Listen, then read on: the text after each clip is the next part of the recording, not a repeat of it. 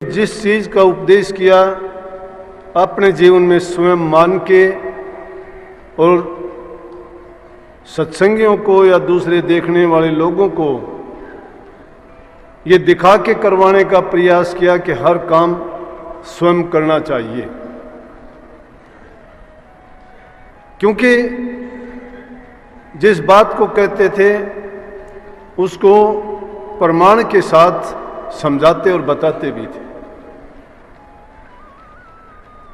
और उन बातों के साथ साथ जो उन्होंने करनी करने का सीधा, सुगम और ऐसा आसान तरीका जीवों को समझाया बताया जिसको हर जीव कर सकता था। वैसे तो हमारा मत राधा स्वामी मत, जिसमें सूरत शब्द के योग पर बल दिया जाता है, यह है भी ऐसा कि जिसको 8 साल का बच्चा भी कर सकता है और 60 साल का बुजुर्ग भी कर सकता है। लेकिन उन्होंने जिस तरीके से समझाया था, अगर वो कहते थे कि अपना कमा के जो इंसान नहीं खाता है, दूसरे पर वजन बन जाता है, या किसी से किसी भी प्रकार से कोई चीज़ लेके अपने तन के काज, अपनी ज़रूरत के लिए वो उसका प्रयोग करता है, तो वो भी उसका कर्जदार हो जाता है। इसीलिए उन्होंने ज़िंदगी में अगर किसी के घर 2 रोटी भी खाई, किसी के घर मजबूरन जाना भी पड़ा, तो भी उनको ये बात प्रमाणित करके दिखाई। उनसे पहले कहते थे कि रोटी आपके घर ज़रूर खाऊंगा, लेकिन 2 रोटी का पहले आप मेरे से काम करवाओ। कहते थे कि क्यों, ऐसी क्या बात है? कि बोला कि ऐसे तो मैं कभी खाता नहीं हूं। तो भक्ति के मार्ग में गरीबी किसी का रास्ता नहीं रोकती। आज अगर गीत गाते हैं, कहते हैं, ये बात दिलाते हैं याद कि गरीब घर में पैदा हुए थे, खाने के लिए अन्न नहीं था, पहनने के लिए वस्त्र नहीं थे। भक्ति ऐसी जगह ही प्रकट होती है। राजे महाराजाओं के घर में भक्ति और नाम नहीं रहता। कोई भागी जीव होता है जो उनमें जन्म लेता है, और वो महापुरुषों की शरण में जाके अगर इस राज को समझ जाता है तो वहां भी भक्ति प्रकट हो जाती है। क्यों? कि भक्ति तो सोगान की वो गेंद है, उसको कोई भी ले जा सकता है। ना उसमें कोई जाति बंधन है, ना कोई ऊंच नीच का फर्क है, ना कोई धनवान गरीब का है। उसमें तो पवित्र दिल की जरूरत है, करने के तरीके की जरूरत है। कितने उनके समय की बातें अगर बताई जाएं तो उन बातों को सुन के हम आश्चर्य तो करते हैं, लेकिन मानने के लिए तैयार तो नहीं होते। अगर एक आध बात किसी ने सुनी भी होगी, देखी भी होगी, तो आज उसको गीत के रूप में गाते तो बहुत जोर शोर से हैं कि महाराज जी ऐसा करते थे, उन्होंने ये कहा था। लेकिन आप लोगों से पूछा जाए, उन्होंने ये किया था, उन्होंने ये कहा था, वो ऐसा करते थे, क्या आपने उनको देख के, उनके उपदेश को सुन के कोई बात अपनाई क्या? वो साथ साथ ये भी तो कहते थे कि करनी का मार्ग है, जिसको संतों ने, कबीर साहब ने कहा, ये करनी का भेद है, नहीं बुद्धि विचार, बुद्धि छोड़ करनी कर, तब पावे कुछ साथ। वो शिष्य के लिए भी तो सीधी बात बता के गए थे कि शिष्य को सर्वस्व अपने गुरु को सौंप देना चाहिए। उन्होंने सौंप के दिखाया। क्यों सौंप के दिखाया? कि उनकी ऐसी ऐसी परीक्षा ली गई कि गुरु ने कभी 2 रुपये भी मांगे तो उनको चाहे अपनी थाली गहने धर के 2 रुपये ला के देने पड़े, लेकिन अपने गुरु को ला के दिए। क्या कभी हमने सोचा है कि गुरु के लिए हम भी कभी ऐसा कर सकते हैं? आज तो वो जमाना नहीं है।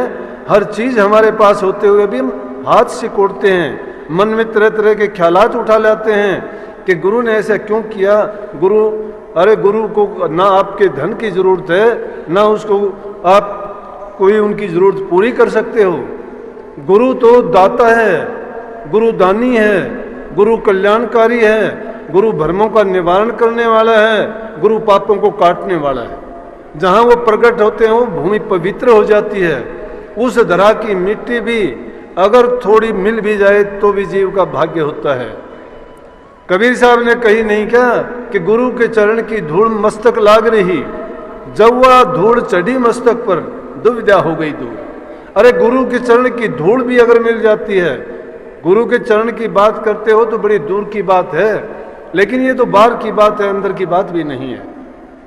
अंदर में तो अगर पूछना चाहोगे तो गुरु के चरण त्रिकुटी में होते हैं, लेकिन बाहर भी अगर गुरु चरण की रज अगर मिल जाए, इसीलिए ये परंपरा चली कि गुरु के चरणों में मस्तक झुका के आशीर्वाद ग्रहण करते हैं, साष्टांग दंडवत प्रणाम करते हैं।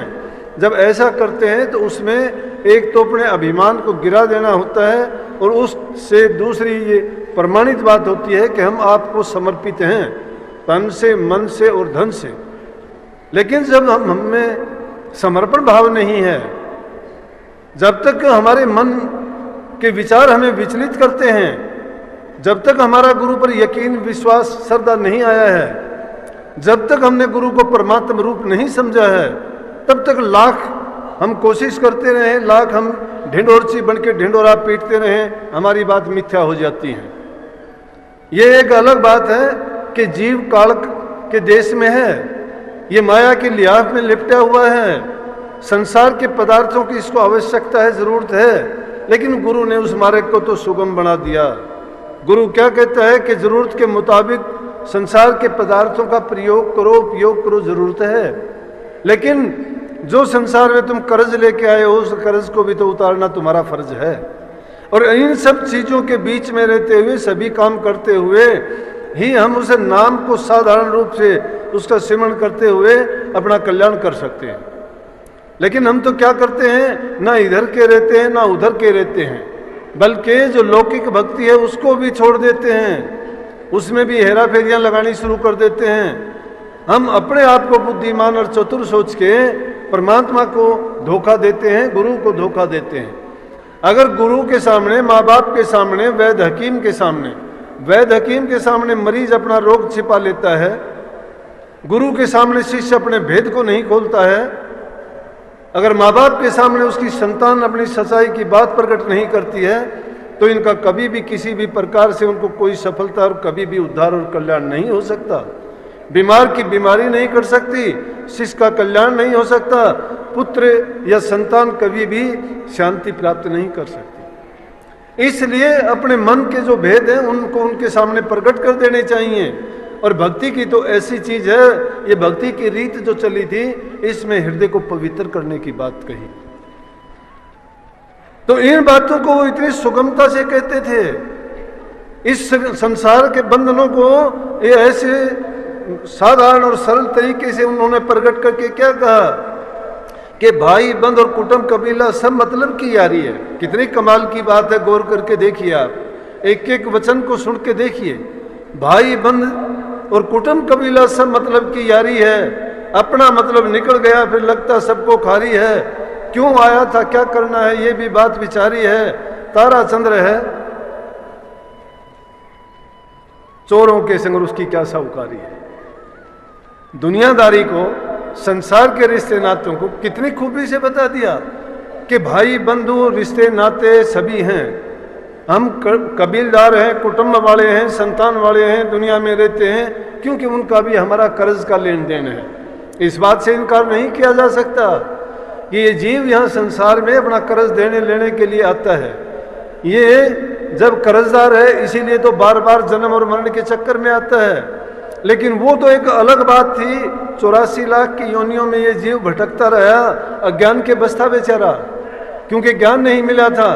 पर इंसान का जन्म मिलने के बाद में, गुरु मिलने के बाद में, शास्त्रों में इसके बारे में कितनी जगह वर्णित किया गया है। महापुरुषों ने कदम कदम पर इन भटके हुए जीवों को रास्ता दिखाने का प्रयास किया है। क्यों कि गुरु अगर मिलता है तो इंसान के रूप में मिलता है, और इंसान का चोला मिलता है ये बहुत मुश्किल से मिलता है।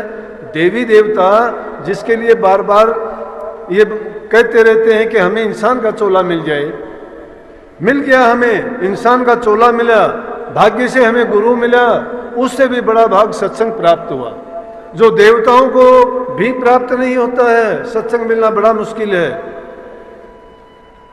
गुरु की सेवा मिलनी बड़ी कठिन है। मात पिता मिल जाएंगे, 184 माह गुरु सेवा और बंदगी फेर मिलन की ना, गुरु की सेवा नहीं मिल सकती।